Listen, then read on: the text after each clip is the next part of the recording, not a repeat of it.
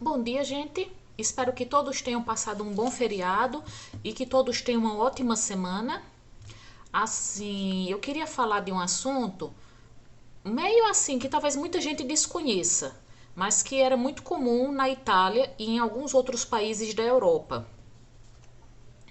Meu irmão, ele estudou história, pediu para eu fazer um vídeo sobre esse assunto. É os castrati.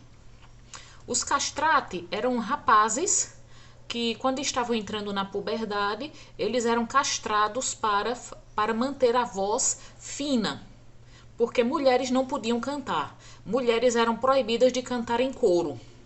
Então, passaram a castrar meninos para que eles mantivessem a voz fina. Muitos desses cantores castrados se tornaram bastante famosos, como Farinelli.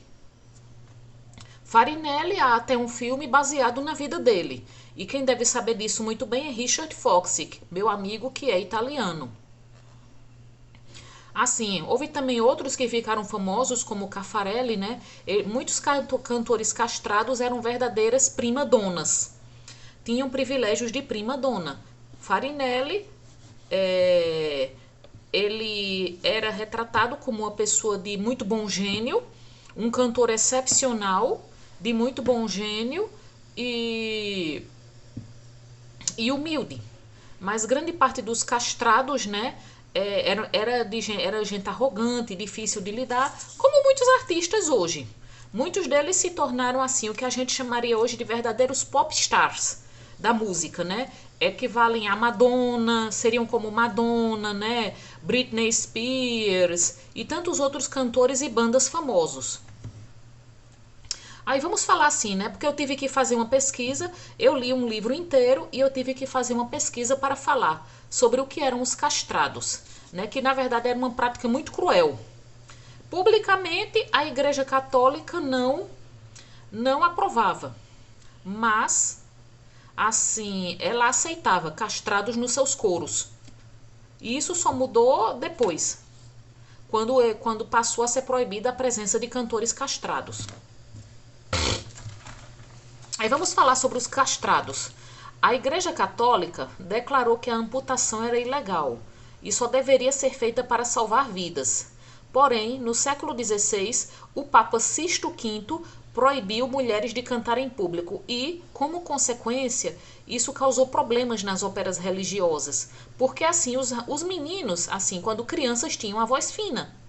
Mas à medida que iam crescendo, sua voz iria engrossando. Aí como é que os coros religiosos poderiam ter vozes finas? Então, dessa forma, meninos, né, passaram a ser castrados para manter a voz fina. Eles tinham, geralmente era quando eles tinham cerca de 10 ou 11 anos. O procedimento era perigoso e podia levá-los à morte. Era um procedimento muito perigoso. E essa prática atingiu seu ápice entre os séculos XVI e XVIII na Itália. É possível que tenham sido castrados uns 4.000 meninos, mas, como esse era um procedimento ilegal dentro da Igreja Católica, não se pode determinar o número. Quem mais operava eram os cirurgiões clandestinos. E, assim, isso causava problemas como para os meninos, que não se desenvolviam normalmente, podiam ter deformidades, né, do tamanho do tronco em relação ao tamanho dos braços e das pernas, e no futuro eles podiam desenvolver osteoporose. Isso aconteceu com muitos, desenvolveram osteoporose. Assim, com frequência, os meninos eram órfãos ou vinham de famílias pobres, e os pais não tinham condições de sustentar esses meninos. Então, eles mandavam esses filhos aos conservatórios. Em 1870, a castração foi proibida, mas ainda ocorreram casos isolados. Em 1902, Leão XIII, o Papa, encerrou a prática e, em 1913, o último castrado deixou a Capela Sistina. Seu nome era Alessandro Moreschi. Moreschi, né? Era um cantor italiano, porque a castração foi muito praticada na Itália. Era uma prática quase que exclusivamente italiana. Mas também foi feita na Espanha. E assim, a França, pelo que eu li, ela não gostava muito dos castrados. Ela torcia o nariz para os castrados. Uma pessoa que protegia castrados, né, era uma verdadeira mecenas para os castrados, foi a rainha Cristina da Suécia. ela era uma grande protetora das artes e da cultura e ela tinha sob sua tutela muitos cantores castrados. Assim, e o engraçado é porque, embora esses cantores fossem castrados, não pudessem, assim, ter. Eles, assim, isso não quer. Eles chamavam muito a atenção de mulheres. Eles tinham muitas fãs mulheres, o que a gente poderia chamar hoje de fãs. Eles ganhavam presentes de muitas mulheres. Muitas mulheres eram fascinadas por eles. Assim, eles eram assim como muitos cantores, né, que são bonitos, né, são charmosos. Aí as fãs mandam presentes, aquela coisa de mandar presente de fã. Eles ganhavam presentes de muitas mulheres. Houve caso mesmo de um castrado que ele se envolveu com uma mulher casada. Eu não lembro o nome desse cantor, mas está num livro que eu li. Ele se envolveu com uma mulher casada, acabou sendo assassinado. Assim, apesar deles serem castrados, ou seja, não serem homens completos, eles chamavam muito a atenção do público feminino.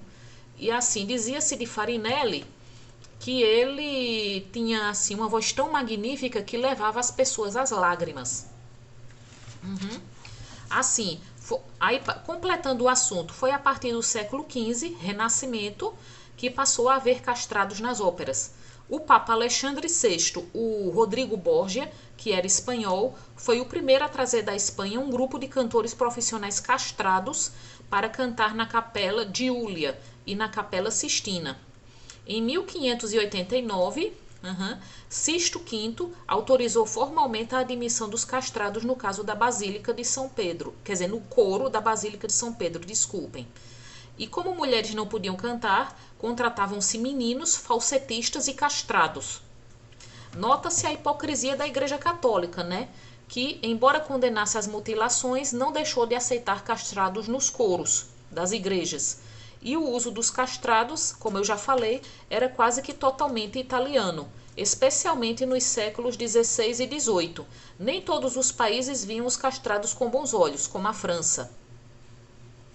Embora alguns tenham corrido o mundo, não eram todos os países da Europa que muita gente assim chegava e assim escrevia sátiras falando sobre a crueldade da castração.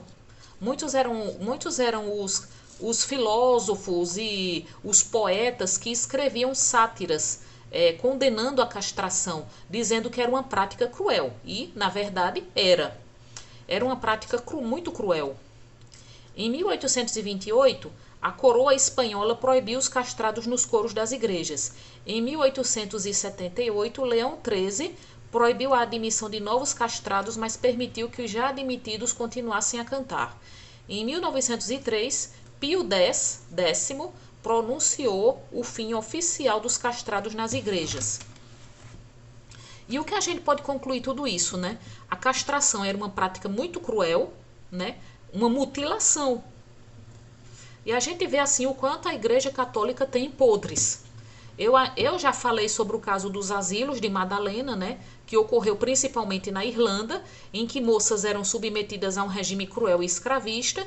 E eu pretendo ainda fazer um vídeo dizendo como a Igreja Católica apoiava a escravidão.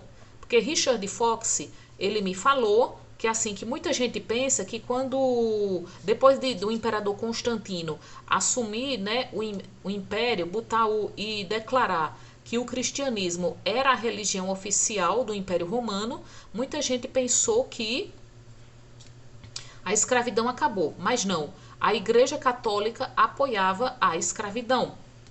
Bom dia a todos.